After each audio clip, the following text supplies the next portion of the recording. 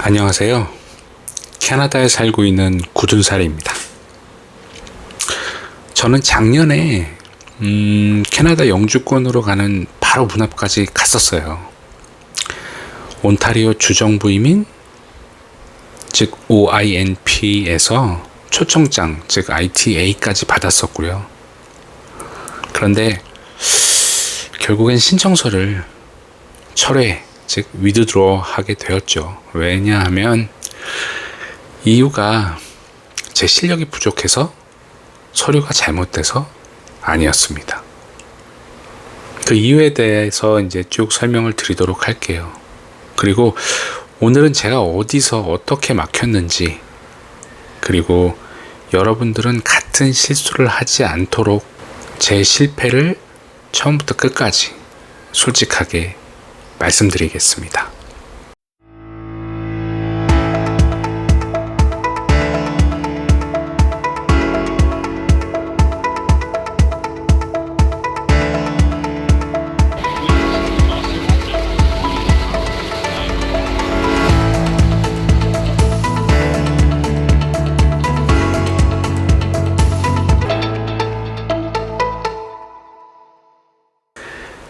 지금 제 머릿속에 가장 크게 차지하고 있는 이야기, 그리고 제가 이 유튜브를 해야겠다라고 마음먹었던 가장 중요한 이유가 바로 이번 PR을 도전하는 데 있어서 어려웠던 부분들, 그리고 실패했던 내용들을 정리를 해서 지금 PR을 준비하시는 분들이 꼭 알았으면 하는 마음에 이걸 첫 영상으로 정했습니다.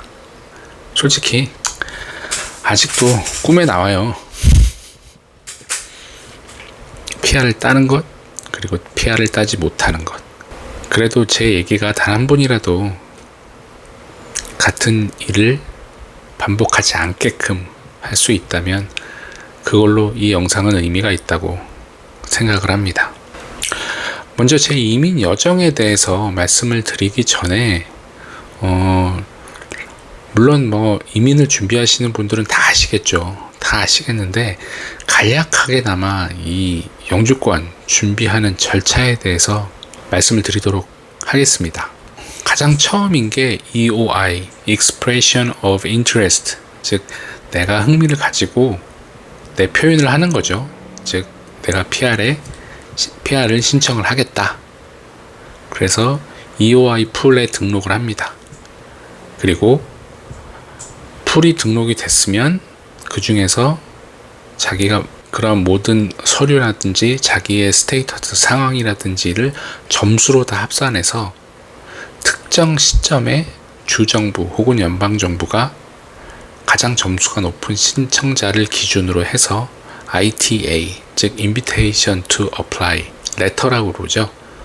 이것을 메일로 보내주게 됩니다. 그러면 그것을 받고 다시 한 번 더, 제 경우엔 OINP였으니까요. OINP에 맞게끔 어플리케이션을 등록을 하죠. 여기서 employee는, 즉 저 같은 경우는 employee였으니까 employee에 관련된 서류들, 그리고 그 해당 포털에 들어가게 되면 자기가 다 쓰든지 아니면 뭔가 라디오 박스 같은 것 혹은 체크박스를 통해서 내 정보들을 입력할 수 있게끔 되어져 있고, 임플로이어 포털이 또 따로 있습니다.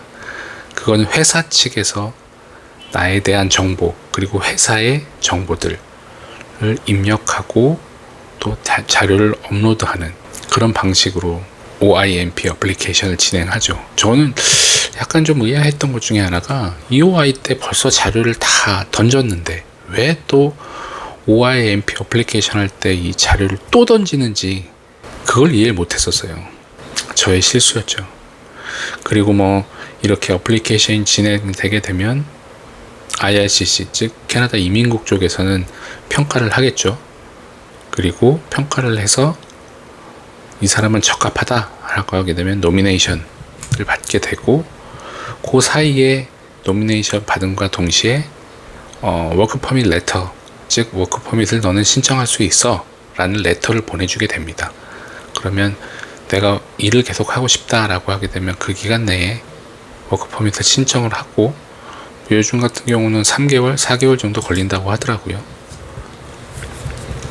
그 다음에 이제 쭉 진행이 되겠죠. PR이 영주권이 이제 쭉 PR 영주권이 쭉 신청이 될 거고, 만약에 서류가 누락된 부분이 있으면 서류 확인해라, 뭐 자격 요건 다시 한번 심사가 되고, 이제 거의 마지막 단계죠. 이렇게 되면 이제 메디컬 exam까지 받게 되면 보통 그 다음 단계가 이제 바이오메트릭스, 그러니까 지문이라든지 사진 이런 것들을 등록하게 되는데, 여기는 거의 단계가 다 끝나는 거고, 뭐 백그라운드를 한다고 하는데, 백그라운드 같은 경우는 저 같은 경우도 여기서 이제 재미있었던 일이 있는데, 요거는 요 절차에 대해서 세부적으로 다시 한번 이야기를 나누는 시간을 갖도록 하겠습니다. 그래서 파이널 디시전 돼서 나중에 즉 전자 영주권 받고 그 다음에 마지막으로 PR 카드 수령하게 되는 이러한 단계로 되어져 있죠. 그래서 저 같은 경우는 EOI 등록하고 회사와 제가 동시에, 그래서 그렇게 쭉 진행됐던 그 단계라고 보시면 돼요.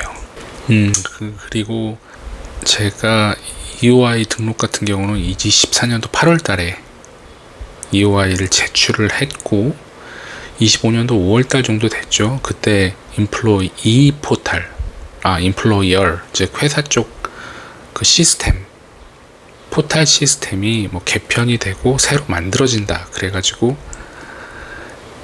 다시 한 번 더 회사에 요청해서 회사가 다시 한번 그 뻘짓을 다시 해줬죠. 참 그거에 대해서는 굉장히 고맙게 생각을 하고 있어요. 다시 한번 해주고 내가 너를 끝까지 서포트를 해줄게 라는 말을 들었을 때는 정말 고마웠죠. 그래서 다시 한번 업데이트를 했습니다. 7월달에, 25년도 7월달에. 근데 발목을 잡은 게 워크퍼밋 만료일이었어요. 왜냐하면 제 워크퍼밋이 25년도 12월 달에 만료가 되거든요. 워크퍼밋이 없으니까 회사를 떠나야겠죠. 그래서 여하튼 뭐 회사 워크퍼밋 만료됐다고 바로 캐나다를 떠날 수는 없으니까 우선은 25년도 11월 달에 캐나다에 계속 머물기 위해서 비지터 레코드, 즉 방문자 비자, 우리나라는 뭐 방문 비자라고 얘기를 하는데, 신청했고 다행히 등록이 승인이 됐어요. 여기까지 안심했죠.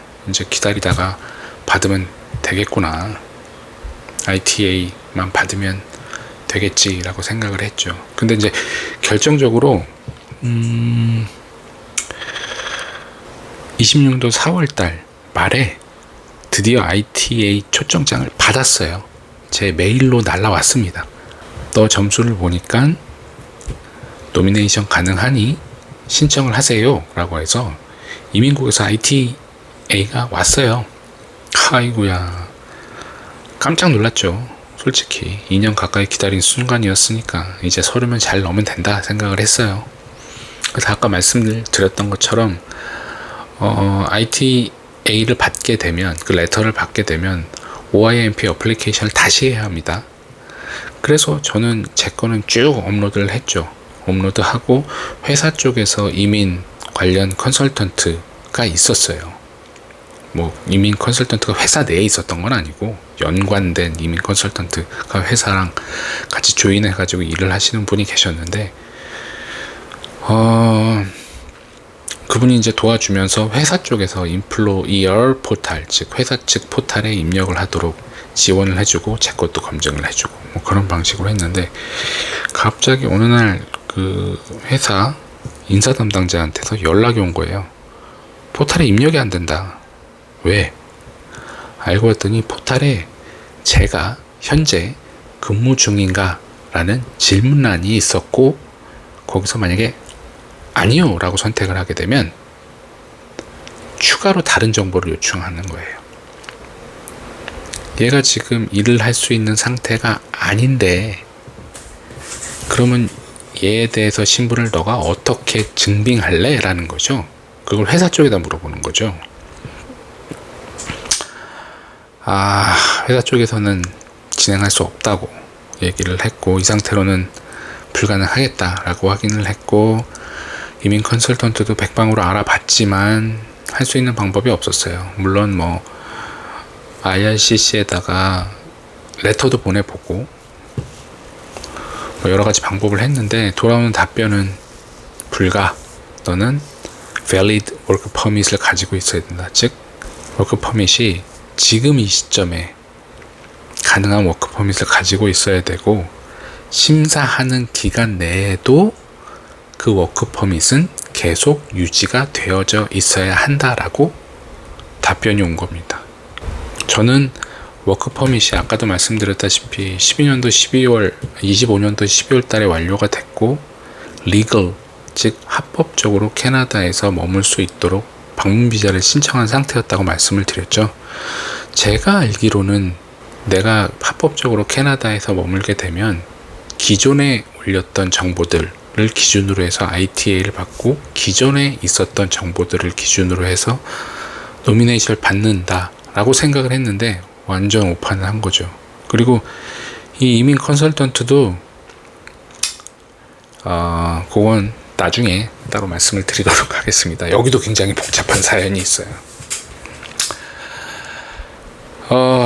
그래서 뭐 더 이상 안 됐죠. 안 됐고, 제 실패에서 여러분이 가져가셨으면 하는 교훈을 좀 정리를 했어요. 첫 번째가 ITA가 끝이 아니라 그게 바로 시작이라는 겁니다. ITA를 받았다고 다 된 것 같지만 이후 고용주 포탈 단계에서 현재 고용 상태가 다시 확인되는 거죠. ITA를 받는 시점이 아니라 신청서를 넣은 시점의 고용 상태가 매우 중요하다는 겁니다. 두 번째는 워크 퍼밋 만료 타이밍을 이민 일정과 함께 봐야 된다는 겁니다. 여기서 워크 퍼밋이 만료되어 있는 그 시점에 제가 만약에 다른 것들에 대한 고민들, 여러분도 많이 아시겠지만 이민을 할 수 있는 루트는 굉장히 다양했죠. 지금은 뭐 카테고리가 많이 바뀌어 있어서 어떻게 될지는 모르겠지만, 예를 들어서 뭐 주재원 비자라든지 주재원 이민이라든지 아니면 자영업 이민이라든지 혹은 또 다른 방법들, 뭐 LMI라도 하든지, 이런 것들은 제가 아는 한도 내에서, 물론 제가 뭐 이민 컨설턴트 하시는 분들이나 지금 굉장히 오래된 유학원 하시는 분들만큼은 잘 알지는 못하겠죠. 하지만 제가 아는 한도 내에서 쉽게 그러한 것들을 좀 이야기하는 시간을 좀 갖도록 하겠습니다. 여하튼 워크 퍼밋이 만약에 만료되기 이전이다 라고 하게 되면 진짜 심각하게 고민을 해야 되는 시기라고 보시면 되겠습니다. 체류 신분과 고용 상태는 다른 문제라는 거죠. 세 번째가 currently working 이 no가 과연 어떤 결과를 부리는지 미리 확인을 해볼 필요가 있습니다. 지원 전에 고용주 그리고 컨설턴트하고 퇴사 상태에서도 이 신청이 가능한지를 반드시 확인을 해보세요. 제가 이 세 가지만 알았어도 아마 더 많은 선택들을 더 일찍 진행을 했을 겁니다. 솔직히 말씀드리면 굉장히 심적으로 힘들죠.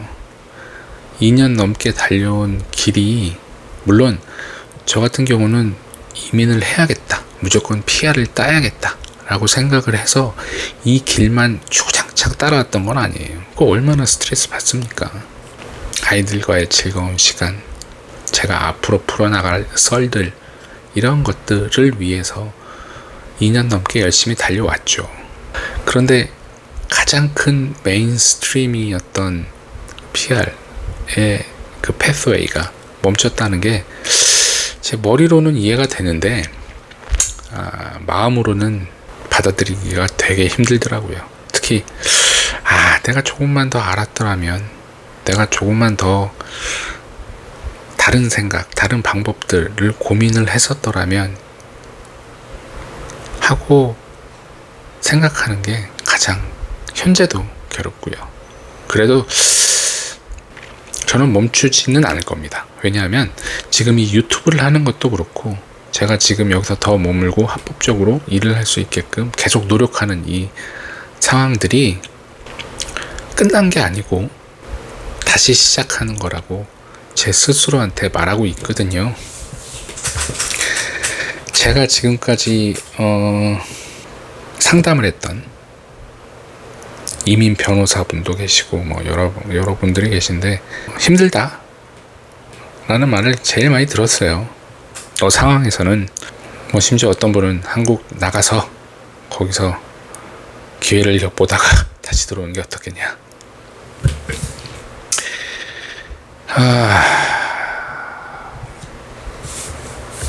하지만 저는 스스로에게 말하고 있죠. 이제 다시 한번 시작해보자. 물론 계속 그럴 수는 없습니다. 저도 나이가 있고 들어가는 돈도 굉장히 많으니까요. 그리고 혹시 지금 저와 비슷한 상황에 계신 분이라면 저는 말하고 싶어요. 그거 여러분들 잘못이 아니라고 꼭 말씀드리고 싶습니다. 원래 이 PR로 가는 길이 굉장히 복잡하고 그 작은 타이밍 하나 그거 맞추지 못하면 정말 많은 게 바뀌어요. 그리고 알 수도 없고 누군가 그랬던 얘기를 기억을 합니다. 이 PR은 하늘이 내려주는 거라고. 정말 타이밍 잘 맞으면 작년이 아니죠. 코로나 시절에 그 나눠줬던 그 타이밍을 만약에 잘 맞췄으면 제 지금 케이스여서도 충분히 받았겠죠. 근데 막 요즘은 이민 문도 닫히고 어렵다라는 말들을 많이 하시니까. 하지만 제가 이 채널을 만든 이유가 앞으로 제 이민에 대한 재도전 과정, 그리고 제가 겪은 그리고 배운 캐나다 이민 정보, 그리고 그 안에서 저희 가족들과 살아가고 있었던 일상들을 솔직히 나눌 겁니다. 뭐 말씀드릴 것들이 많이 있어요. 교육에 대한 부분도 있고, 그리고 뭐 세컨더리에 대한 부분도 있고, 그 안에서의 액티비티에 대한 부분도 있고, 또 그 다음에 유니버시티에 대한 부분도 있고, 많은 부분들을 천천히 좀 나누도록 하겠습니다. 그리고 저와 같은 길을 걸어가는 분들과 같이 정보를 나누면서 가고 싶어요.